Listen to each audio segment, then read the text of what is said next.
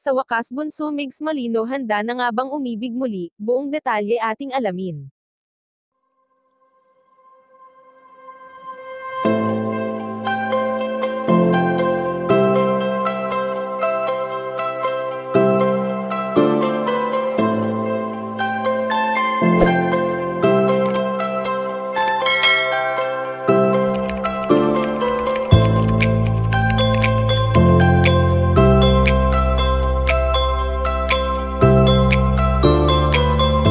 Alam naman natin kung gaano kaaktibo ngayon si Bunso Migs Malino sa social media, kaya naman marami ang natutuwa sa palagiang pag-update nito sa kanyang mga taga-suporta.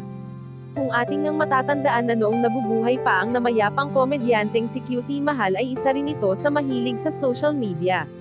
Na talaga namang pinagkakasunduan ng dalawang magkatambal na halos dito na nga nila inilalaan noon ni Bunso Migs Malino at Cutie Mahal ang kanilang oras nang sa ganon ay nakakapagbigay aliw sila sa kanilang mga tagapanood na halos lahat na nga ata ng social media platforms ay nag-update sila.